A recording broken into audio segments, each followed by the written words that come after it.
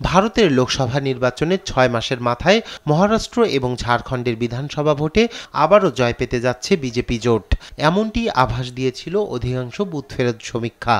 তবে ভারতের নির্বাচনী ইতিহাসে এসব পূর্বাভাস যে অতীতে বারবার ভুল প্রমাণিত হয়েছে সে কথা মনে করিয়ে দিচ্ছে কংগ্রেস নেতৃত্বাধীন ইন্ডিয়া জোট। শনিবার সকাল ৮টা থেকে শুরু হয় ভারতের ঝাড়খণ্ড এবং মহারাষ্ট্রের ভোট গণনা। ৮১ সদস্যের ঝাড়খণ্ড বিধানসভায় সংখ্যাগরিষ্ঠতার জন্য প্রয়োজন ৪১টি আসন। এখানে মূল লড়াই বিজেপি নেতৃত্বাধীন এনডিএর সঙ্গে রাজ্যের ক্ষমতাসীন ইন্ডিয়া জোটের।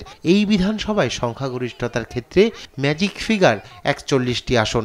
তবে ইতিমধ্যে আপাতত ফলাফলে এনডিএকে পিছনে ফেলে ৫০টিরও বেশি আসনে এগিয়ে আছে ইন্ডিয়া জোট। ফলে ঝাড়খণ্ডে আবারও হেমন্ত সোরেনই ফিরতে চলেছেন বলে মনে করছেন রাজনৈতিক বিশেষজ্ঞরা। মহারাষ্ট্রে শনিবার দুপুরের আগেই সরকার গড়ার ম্যাজিক ফিগার ছুঁয়ে ফেলেছে বিজেপি নেতৃত্বাধীন জোট মহাজোটে। ২৮৮টি আসনের মধ্যে ২৩০ আসনে এগিয়ে এনডিএ জোট। খুব বড় রদবদল না হলে মুম্বাইয়ের সিংহাসনে বসছেন বিজেপিরই কোনো বিধায়ক। আরজি কর কাণ্ডের পর পশ্চিমবঙ্গে খানিকটা নড়বড়ে হয়ে যায় শাসক দল তৃণমূলের অবস্থান। রাজ্যে জনমতে কার পাল্লার ভারী তা নিয়ে তৈরি হয় নানা জল্পনা কল্পনা। অবশ্য রাজ্যের ৬টি বিধানসভা কেন্দ্রের উপনির্বাচনে তৃণমূলের একাধিপত্যের ইঙ্গিতই ছিল। তবে কৌতূহল ছিল বিজেপি হাতে থাকা মাদারিহাট পদ্মশিবির ধরে রাখতে পারবে কিনা। ফল ঘোষণার পর অবশ্য বিজেপির ভরাডুবি দেখা গেল। তৃণমূল শুধু ছক্কাই হাঁকালো না, ইতিহাস গড়ে প্রথমবারের জন্য আলিপুরদুয়ারের মাদারিহাট বিধানসভা আসনে জোড়া ফুল ফোটালো। আর এককভাবে লড়ে সবকটি আসনেই জামানত খুইয়েছে কংগ্রেস।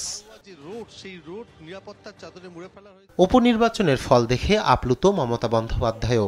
শনিবার দুপুরে কার্যত অবস্থান পরিষ্কার হয়ে যাওয়ার পরই সাধারণ মানুষকে ধন্যবাদ জানান মমতা।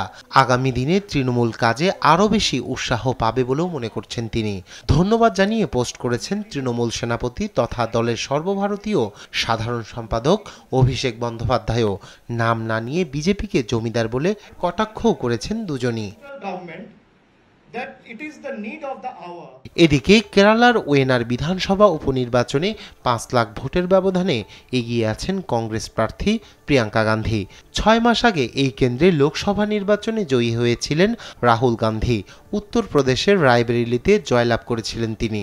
রায়বেরেলি রেখে ওয়েনার আসন বোন প্রিয়াঙ্কাকে ছেড়ে দেন রাহুল গান্ধী। রায়হান কবি শুভ্র, নিউজ ডেস্ক, দেশ টিভি।